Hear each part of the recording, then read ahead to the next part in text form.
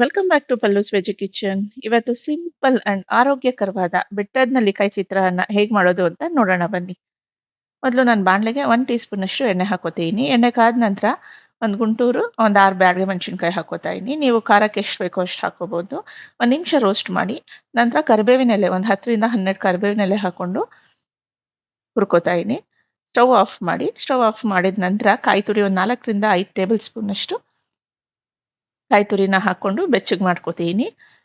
So ಇದು ಆದ್ಮೇಲೆ cool ಆಗಕ್ಕೆ ಬಿಡಿ. ಕೂಲ್ ಆದ ನಂತರ ಇದಿಷ್ಟನ್ನು ಮಿಕ್ಸರ್ ಜಾರ್ಗೆ ಟ್ರಾನ್ಸ್ಫರ್ ಮಾಡಿ. ಹಾಗೆ ನಾನು ಇಲ್ಲಿ ಬೆಟ್ಟದ ನೆಲ್ಲಿಕಾಯಿ ಒಂದು 6ರಿಂದ 8 ಬೆಟ್ಟದ ನೆಲ್ಲಿಕಾಯಿ ತಗೊಂಡಿದ್ದೀನಿ, ಮೀಡಿಯಂ ಸೈಜ್ ಅಷ್ಟು. ಇದು ನಾನು ಬೀಜ ತೆಗೆದು ಕಟ್ ಮಾಡ್ಕೊಂಡಿದ್ದೀನಿ. ಈಗ ಎಷ್ಟಾಗತ್ತೋ ಅಷ್ಟು ಬೆಟ್ಟದ ನೆಲ್ಲಿಕಾಯಿನ ಫಸ್ಟ್ ಒಂದು ರೌಂಡು ಗ್ರೈಂಡ್ ಮಾಡಕ್ಕೆ ಹಾಕೋಣ ಮಿಕ್ಸರ್ ಜಾರ್ಗೆ. ಸೊ ಇವಾಗ ಇಷ್ಟು ಹಾಕಿದ್ದೀನಿ. ಸೊ 1 ರೌಂಡು ಗ್ರೈಂಡ್ ಮಾಡ್ಕೊಳ್ಳೋಣ. ಸೊ ಮಿಕ್ಕಿರುವಂಥ ನೆಲ್ಲಿಕಾಯಿ ಎಲ್ಲ ಹಾಕೊಂಡು ರುಚಿಗೆ ತಕ್ಕಷ್ಟು ಉಪ್ಪು ಹಾಕೊಂಡು ಫೈನಲ್ ರೌಂಡ್ ಗ್ರೈಂಡ್ ಮಾಡೋಣ. ಸೊ ಫೈನಲ್ ಆಗಿ ಪೇಸ್ಟ್ ಈ ರೀತಿ ಆಗಿದೆ. ಈಗ ಮತ್ತೊಮ್ಮೆ ಬಾಣಲೆ ಇಟ್ಟು ಒಂದು 4ರಿಂದ 5 ಟೇಬಲ್ ಸ್ಪೂನ್ ಅಷ್ಟು ಎಣ್ಣೆ ಹಾಕೊಳ್ಳಿ ಒಗ್ಗರಣೆಗಿದು.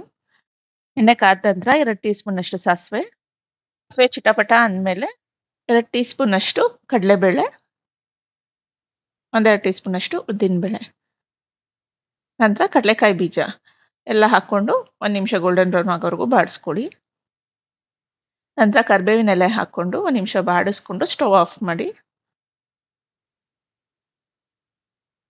ಬೇಕಾದ್ರೆ ನೀವು ಇಲ್ಲೂ ಹಸಿಮೆಣಸಿನ್ಕಾಯಿ ಎಕ್ಸ್ಟ್ರಾ ಖಾರ ಬೇಕಂದ್ರೆ ಹಾಕೋಬಹುದು.